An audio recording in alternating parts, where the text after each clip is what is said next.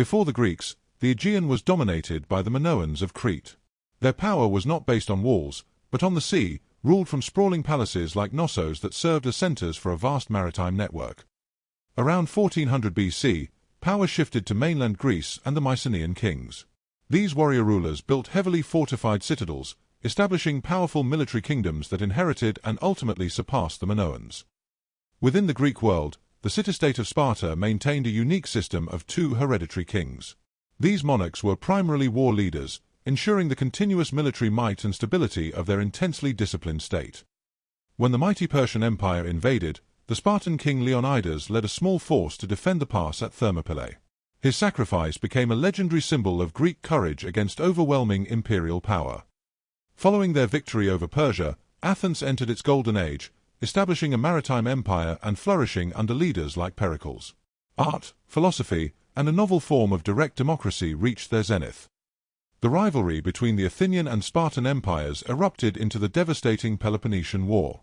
This protracted conflict fractured the Greek world, leaving the city-states weakened and vulnerable. In the aftermath, the city-states continued to fight among themselves. Thebes, led by the brilliant general Epaminondas, momentarily rose to military prominence, briefly dominating the Greek mainland. While the city-states exhausted themselves, a powerful new kingdom rose in the north, Macedon.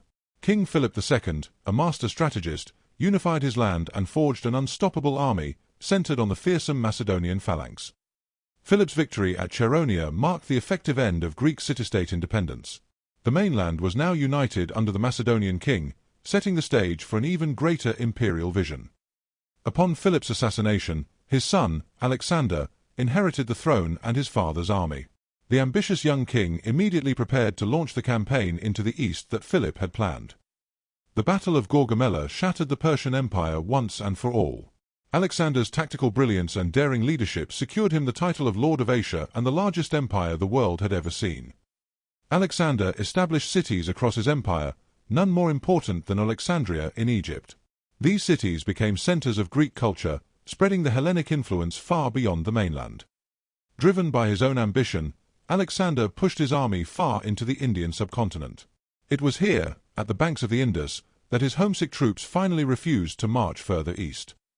Alexander the Great died suddenly in Babylon in 323 BC. With no clear successor, his vast empire, spanning 3 continents, was instantly plunged into a power vacuum and civil war. Alexander's generals, the Diadochi, or successors, immediately began fighting for control. Decades of brutal warfare ultimately divided the empire into several powerful Hellenistic kingdoms. The Ptolemaic dynasty took control of Egypt, founding a Greek-ruled kingdom that lasted for nearly 3 centuries. They governed from Alexandria, turning it into a center of unrivaled intellectual power. The Seleucid kings carved out the largest portion of the former empire.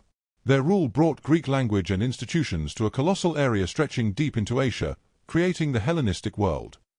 In the Greek heartland, the Antigonid kings continued the Macedonian dynasty, but their power was fading. They would ultimately be the first of the Hellenistic kingdoms to face the irresistible advance of a new Western power. While the Hellenistic kings flourished, a new military and political power emerged in the West, the Roman Republic. Their disciplined legions were beginning to challenge Greek dominance. The final, great Greek kingdoms eventually fell to the rising power of Rome. While Greek independence was lost, its culture, philosophy, and language became the intellectual foundation of the new Roman Empire, ensuring the legacy of Greece would live on forever.